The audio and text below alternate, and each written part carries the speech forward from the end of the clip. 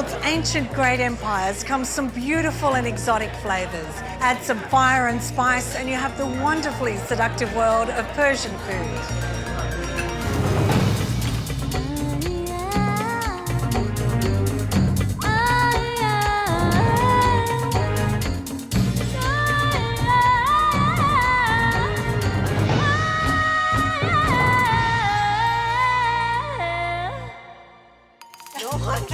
Join our food safari to learn how to create the rice dish of celebration.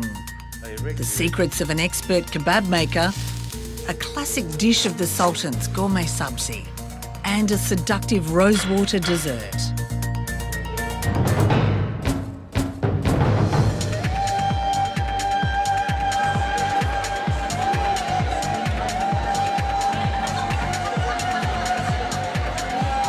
Persian food is not only Iran, it's wider than that geographically. It would go to Afghanistan, part of Central Asia and surrounding countries of Iran. It is a very balanced food. It is time-consuming, it's labor-intensive, but at the end, it's yummy, it's delicious. Rasul Sajadi was born into a food-loving family in the Shiraz province in southwest Iran, a farming area with abundant fruit and vegetables. After fleeing his homeland, Rasul and his family settled in Australia and opened an emporium full of everything from 10 sorts of rice to musical instruments and backgammon boards. Tell me how essential rice is in Persian cuisine. Iranians are usually very fussy about the way they prepare their rice. It has to be next to perfect. Because this is the main dish, basically. This is the longest grain and the most aromatic rice that we can find here in Australia. It says aged. Yes, it has to be aged. If the rice is not aged, it would be sticky, wouldn't be as fluffy, and at the same time wouldn't have the same aroma and the same flavor. Same magic. So it has to be aged. 2 years to 3 years is best. We use saffron a lot, and we believe that Persian saffron is the best. It's stronger in flavor and it's stronger in color. So saffron's the main spice, but there are other things that Apart Persian from people saffron, like the to use. next spice, real spice, would be turmeric. Ah, We add it to almost every stew. for colour and flavour. For color and flavor. Herbs are used a lot in Persian cuisine. And are you using fresh or dried? Fresh if we can, but some people dry them and use them in the winter. In gourmet sabzi, for instance, there's 3 different herbs used. Parsley, leeks, and a smaller portion of fenugreek. This is dried lime. It's used for its flavor and for its soury taste. It's used a lot in gourmet sabzi. So would you say the Persian taste buds love a little bit of tang? Indeed, indeed. Traditionally, ghee is used a lot in Persian cuisine. We warm it up and garnish basically our rice. Not only it gives a non-sticky kind of texture to the rice, at the same time, it gives it a nice, very nice flavor. Brussels tea is something that you adore, isn't it? Usually we have tea after every meal. It's treated with a lot of respect when we have tea. And you drink it black? We drink it black. But you love your sugar, don't you? Most people would probably put the sugar cube in their mouth and they sip their tea together with the sugar cube in their mouth, and it gradually melts as you drink your tea. Rasul, dried fruit plays a huge part in the cuisine, doesn't it? For cooking, I guess this would be the most popular one. Poloui, which goes with polo. They call it poloui keshmesh. Through the beautiful rice. Beautiful rice. So that's quite sweet? It's sweet and sour. These are one of my favourite things, and they're grown in Iran, are they? They're grown in Iran. They're grown in Shiraz. That's why we call them Shirazi anjir. And they're little figs. And they're little figs, yeah. They're not as big as ordinary figs, but they're sweeter. Some people soak them overnight in water or milk and have them as a snack or as a cereal in the morning. Yum. Kashk is a sub-product of yogurt, and it's used mainly with the kashki bademjun, which is a popular dish. And so what's the flavour of this? It's got a strong yogurt or butter flavor. Barberry is a wild berry, and they are wildly grown in the skirt of the mountains in the northwest of Iran. And they are used mainly in zeresh polo. And because they're sour, do you need to do something to them to mellow their flavour? In cooking, some add a little bit of sugar to that as they cook it, but I wouldn't use sugar. No? I wouldn't.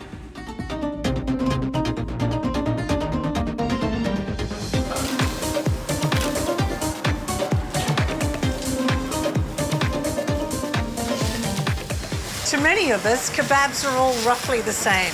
To a Persian, there are 1,000 fine distinctions. The quality and cut of the meat, the marinades and the spicing. But they're all cooked on the sword-like skewers called a shish. We make kebab of fish, we make kebab of prawns, we make kebab of everything. Kebab is the main part of the Persian menu, Persian cuisine.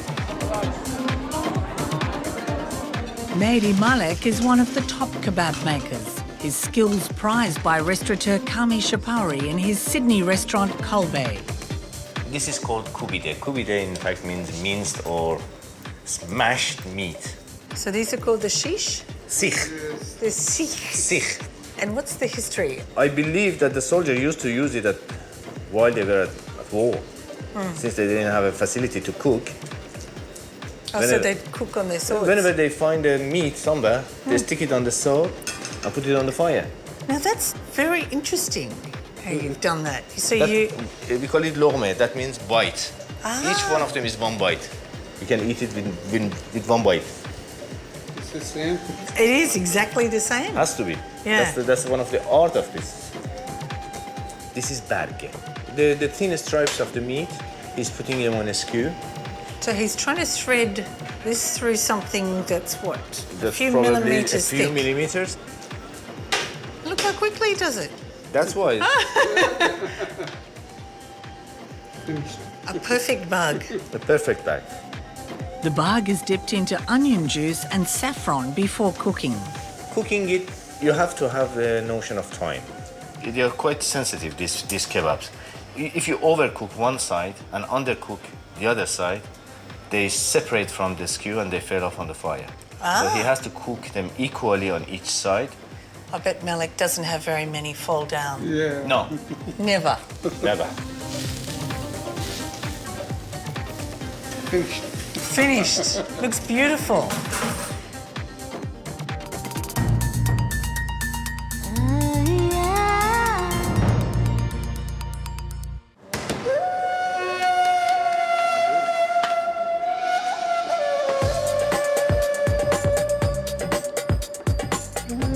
The clapping sound as the bread is slapped into shape for the tannour oven is the sign of a good restaurant. Fresh, warm bread is a must, and the result is a golden crust and a slightly spongy texture. No Persian meal is complete without it. Persian bread is called taftan and is made from a mix of wholemeal and white flour. Rye is sometimes used as well. Most of the process made by hand, as it has been for hundreds of years. The bread just moist enough to stick on the hot clay sides of the oven. Most good restaurants have their own tannour oven. Jason Agrami from Sydney's Vatan restaurant has 2 ovens and a specialist baker, serving freshly baked bread with all meals. He once ran a fish cafe by the beach in Sydney, but decided the flavours of his childhood were much more exciting. One of his favourite dishes is gourmet sabzi, a slow-cooked dish with duck, dried lime and a mountain of herbs. Parsley, coriander, garlic chives and dried fenugreek leaves. You couldn't find it fresh. You can. So you'd normally use these fresh in Iran? Yes, fresh, yeah. And when you start fry it, even 2-3 homes away, you know, they know you're doing the sabzi. Yeah.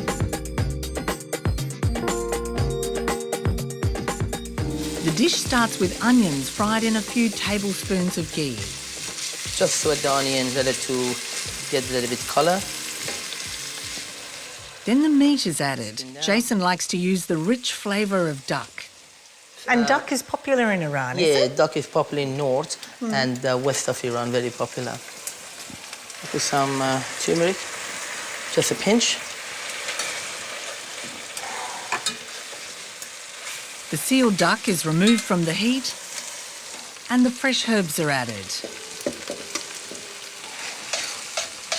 color start changing on the herb. And basically shrinking. Jason then adds a generous amount of dried fenugreek. And you see the different smell straight away. Start the, That's the smell that everybody of the knows you're gourmet making sabzi, yes. gourmet sabzi. That's it. Okay, we put back our duck. We add a little bit chicken stock or just plain water. Just cover the meat. Oh, look at that green colour. We add the dried lime. Just crack it to get the flavor out. Yes, that's the way you just crack it. Put some salt and pepper. As you see, it's coming to the boil now. And you add some red kidney beans. We simmer it down for 2 hours. Oh, look at that.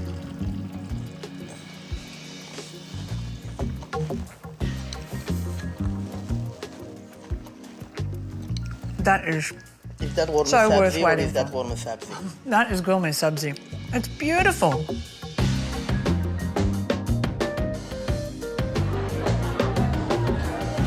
Across Iran, there's a dish said to be able to sustain workers through a long day, a dish that's also incredibly delicious. It's called dizi, and it's traditionally served in tea houses. Restaurateur Kami Shapari serves it every Sunday and says it's now popular in Australia with younger Iranians. This is the name of this container. It used to be the laborer's meal. It's a very filling and very high-calorie meal. You have practically everything in it. 2 different kind of beans, meat, you have potato, and you have lots of fat. We don't use as much fat as we use it in Iran. Yeah.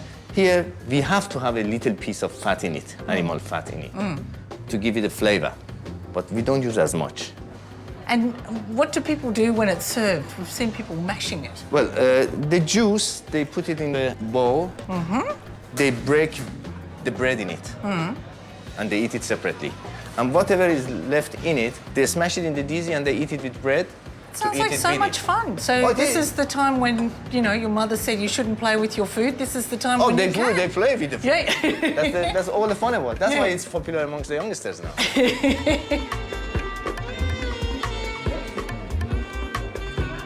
You can call it Persian pate.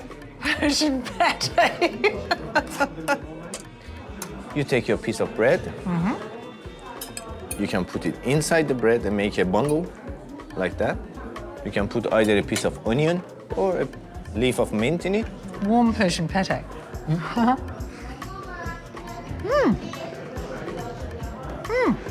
Very nice.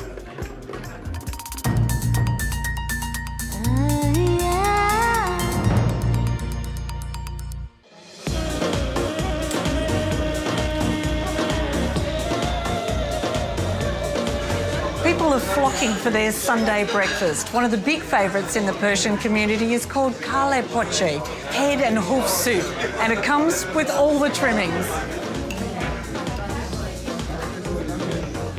Kale pochi. Kale is a head, and pochi is a feet. So this is a very different Sunday brekkie. Oh yes, it's different from the bacon and egg, and you know the egg Benedict at Tuscany near the beach. Yeah, obviously. It's, When you've totally tried all different. that, come here. Of course, yeah. So for someone having this for the first time, seeing the head is a bit confronting, isn't it? Yes, yeah. First of all, I don't serve it with a whole, with a bone. I just plate it up. You know, different part of the head, the meat and the eye and the cheeks and the ears. You know, when you plate it up, it look like a lamb shank. I make a garni that is carrot, celery, and pasta stock to get that little bit Nice. extra touch. Yeah. Then I have the onions. So 4 onions to how many Yeah. lamb heads have you got in I there? have around 20 and around 150 feet. 150 feet? Yeah. Whoa. Baby feet is quite nice and tender. Then I put garlic. I never say no to garlic. And then I put some cinnamon stick. That's traditional. That's a great flavour with lamb too. Of course. I put some bay leaves. Then I put the cardamom. And you like the green in this? Yes, yes. I put some turmeric When it's cooked, it gives a yummy look with the lamb head and the meats, okay? And obviously go for the peppercorn. Good hand on the pepper there, Jason. And at the last, the good old salt. Very simple. It's good to get the turmeric to all the parts of the meat. When it's coming to the boil, simmer it down for another 18 hours. 18 hours. 18, 19 hours. And it's coming like a beautiful consomme, very clear. Ooh, yeah. Lovely.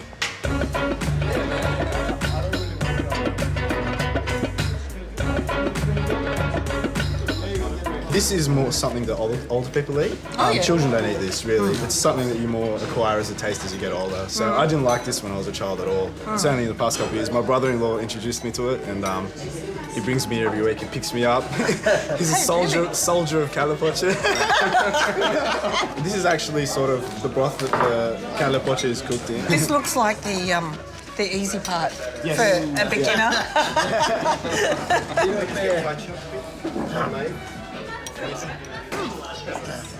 It's good. I went the easy way and got the cheek. That's probably the best place. Best place to start, and that's is it? the most like beef. The taste Thank the most God. like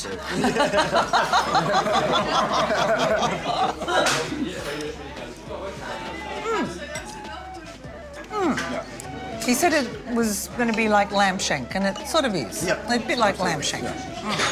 You have to be born as a Persian to eat that, otherwise no. You have to be born as a Persian to eat this. That's it. You know what? I think you're right.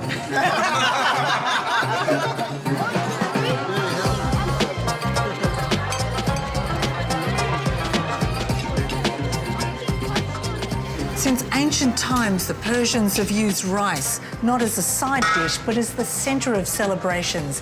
Cooking can take hours to make each of the grains just perfect and worthy of the title, the pearls of Persian cuisine. We make the rice with our heart and soul.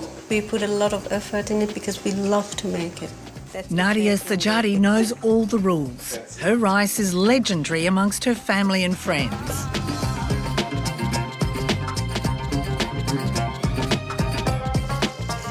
Nadia starts by washing the rice thoroughly and adds rock salt, then leaves it for half an hour before pouring the rice and salty water into the pot with a few drops of oil. You see how they're playing in the water? They're having a lovely time playing in the They're having a water. lovely time in there, aren't they? When the rice is almost cooked, Nadia drains it ready for its second cooking. This starts by adding oil and sliced potato to the bottom of the pot to protect the precious rice and to create a golden crust at the bottom. It's to die for, really. Then she adds the rice, ready for steaming. Once the steam gets in the pot, if we put the lid in there, it takes the steams and traps it in so the steam doesn't go back in the rice. We leave it here for 45 minutes and then we serve it. Nadia then crushes saffron with a little sugar and adds water. The liquid ready to add to flavour the chicken, which is the side dish to the rice. This is cooked with a marinade of crushed garlic, Put in there salt and lemon juice, about 1 tablespoon. with turmeric, Persian mixed spice, chilli powder and black pepper added. It's mixed with water and some of the saffron liquid. Stir it around. Then spooned over the chicken and sliced onion and covered with foil to cook for an hour. To assemble the pulao, Nadia washes the barberries. Tell me what the flavour of a barberry is like. A bit sweet and sour. Ah, like a cranberry but smaller? Yes. Nadia melts a generous amount of butter and adds the barberries. Needs only a few seconds, really. Otherwise they get burnt and they get discoloured. That's 2 tablespoons of sugar. We just put it in, stir it. A couple of teaspoons of saffron. Okay, that's it, that's ready.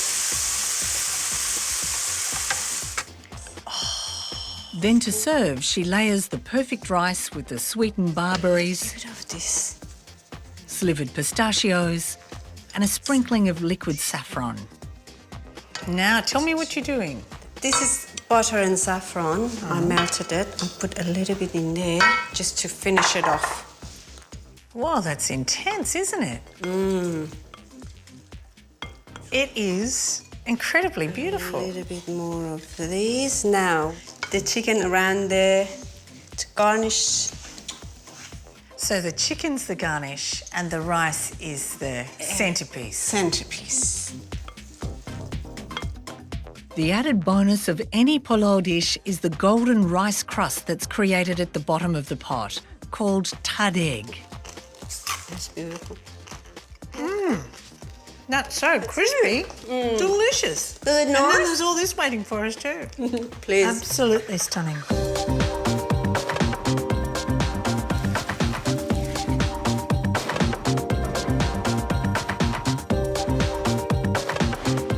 In the Persian community, sweets punctuate the day, from biscuits made with nuts and dried fruit to syrupy pastries and lavish cream cakes, many with the flavours of saffron, pistachio and rosewater. With his wife Sophia, Babak Jonaidi has been making some of the favourites using chickpea flour, rice flour and a good amount of spices.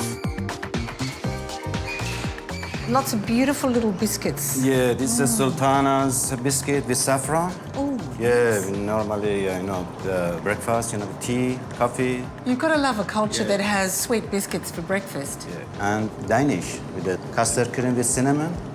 Danish. Danish, In yeah. Persia. In No. Persia. As for desserts, there's one favourite that appears on dessert menus as well as being a cool summer snack. It's called faluda, a sweet iced dessert with rosewater and flavoured with lime, sour cherry or strawberry. Sometimes it's served with saffron ice cream. It's something that is very good for hot weather. But what it has inside, especially the lemon and the crushed ice that is inside. So it's like a sort of exotic snow cone with noodles in it. Yeah. Restaurateur Jalal Dastiari is a devotee. He was born in Azerbaijan and grew up in Tehran, where he was a police officer, later moving to Australia and opening Anahita restaurant 10 years ago.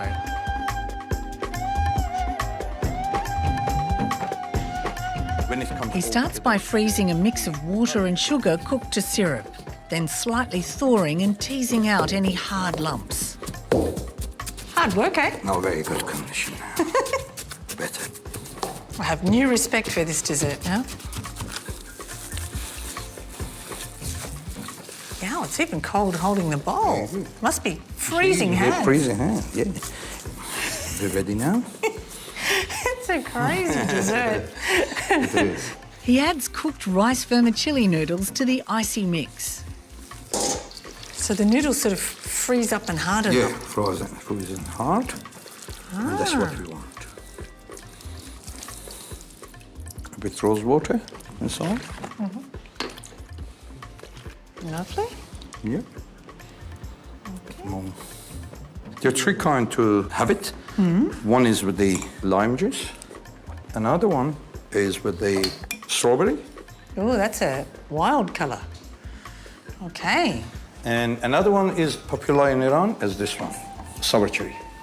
That looks good. So what's your favourite? My favorite is that. The lime? Yeah, the lime. How was it? Oh, it's lovely.